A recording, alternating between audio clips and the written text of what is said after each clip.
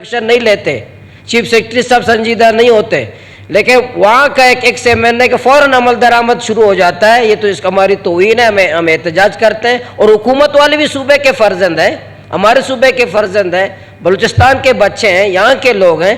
तो हमारा फैसले, बलूचिस्तान के तकदीर के फैसले केपी वाले करें, उनके फैसले तुम पे मुसल्लत हो। हमारी कोई हैसियत नहीं है, पार्लियामेंट की कोई हैसियत नहीं है।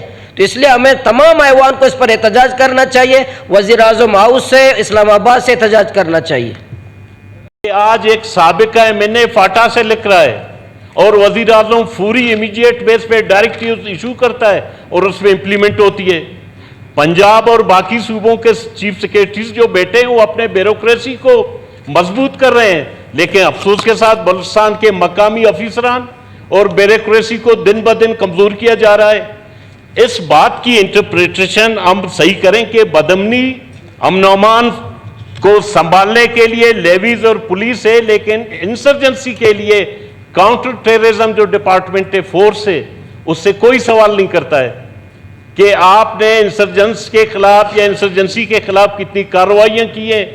अरबों खरबों रुपए के हिसाब से उसको फंड मिलती है, लेकिन आप ए और बी एरिया में हम फंसे हुए हैं। हम ये दो मसाइल को गलत इंटरप्रेट कर रहे हैं जो कि काबिल अफसोस है।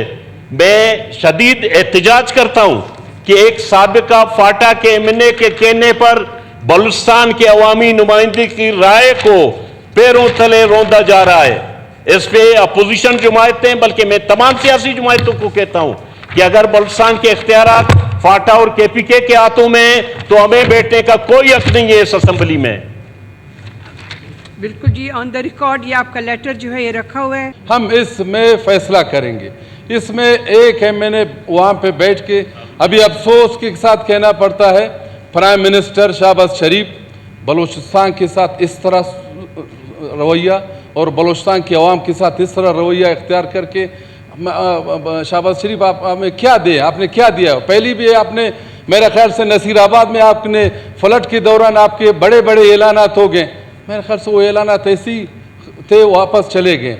अब इसी वजह से मैडम हम तमाम अपोजिशन के पार्टीज वॉकआउट करेंगे। हम आज के इजलास में हम नहीं आएंगे।